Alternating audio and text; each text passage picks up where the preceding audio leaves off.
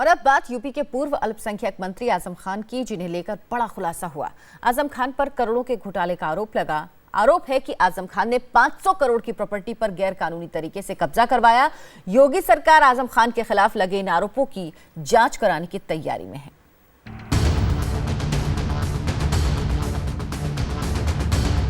मुश्किल में आए यूपी के पूर्व मंत्री आजम खान।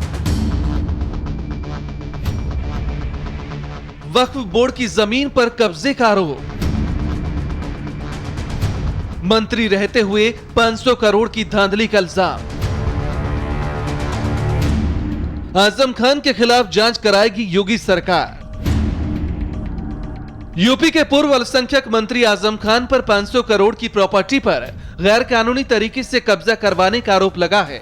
आरोप है कि आजम खान ने वक्फ बोर्ड की जमीन को औने पौने दामों में बिकवाया, कब्रिस्तान की जमीन तक नहीं छोड़ी। अब योगी सरकार आजम खान के खिलाफ इन आरोपों की जांच कराने की तैयारी में है।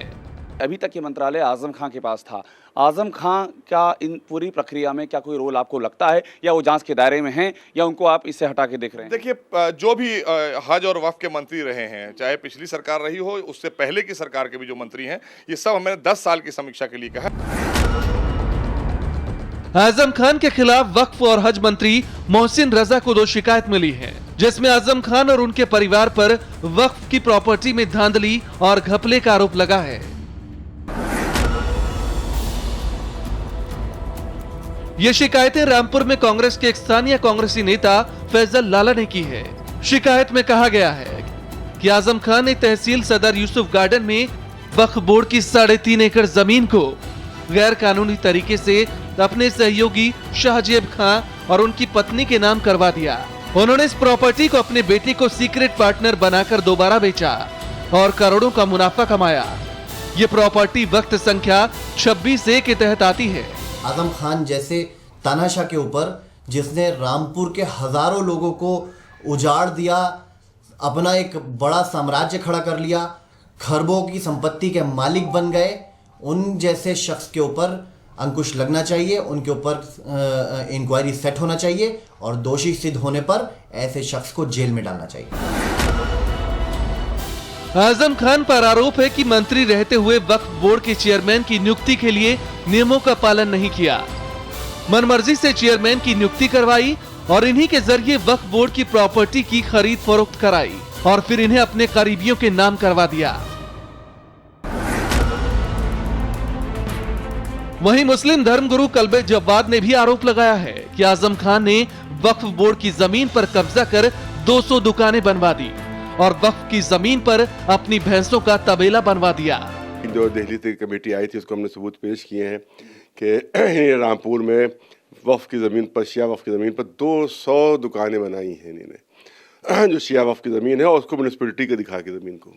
आजम साहब की बात कर रहे हैं? आजम खान साहब की बात कर रहे हैं। भैंसों का तबेला है, वो वक्फ की जमीन के ऊपर है। अच्छा। बहुत बड़ी जमीन है, तो जिसमें भैंसे पाल रखी है। दोनों वक्फों के चेयरमैन, शिया सुन्नी दोनों वक्फ चेयरमैन के साथ शामिल थे और सारी बेईमानियों में ये सब वो दोनों शरीक थे। उन्हीं के जरिए से बेईमानियां करवाते। कल्बे जव्वाद साहब हैं, अपनी ब्यौरा देते हुए सिलसिलेवार कि किस तरह से वक्फ की प्रॉपर्टी का घालमेल किया गया। आजम खान का नाम सामने है, पूरी तरह से इनके मुताबिक आजम खान इस मिली भगत का हिस्सा है, उसके बगैर ये हो ही नहीं सकता है। सबूत देने को तैयार हैं और इस जांच में अपनी ओर से पूरी मदद करने का, पूरे तथ्य रखने की बात भी कह रहे हैं। इनके अलावा आजम खान के खिलाफ रामपुर में मोहम्मद जौहर यूनिवर्सिटी से जुड़ा एक आरोप भी है।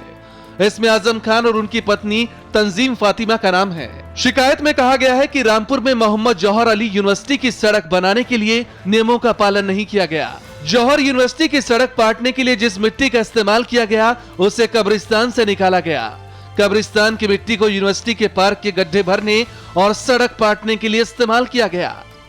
शिकायत में कहा गया है कि इस काम में अल्पसंख्यक कल्याण विभाग के अधिकारियों ने भी मदद की। बसपा का हो चाहे सपा का हो, दोनों सरकार में जो भी मंत्री रहे हैं, उनकी जिम्मेदारी है ये कि उनके बगैर इशारे पर ये काम नहीं हो सकते थे। जो दोषी पाया जाएगा उसके साथ कोई मुरव्वत नहीं होगी, उसे उसका खामियाजा भुगतना होगा। इन आरोपों के बाद आजम खान मुश्किलों में आ गए हैं।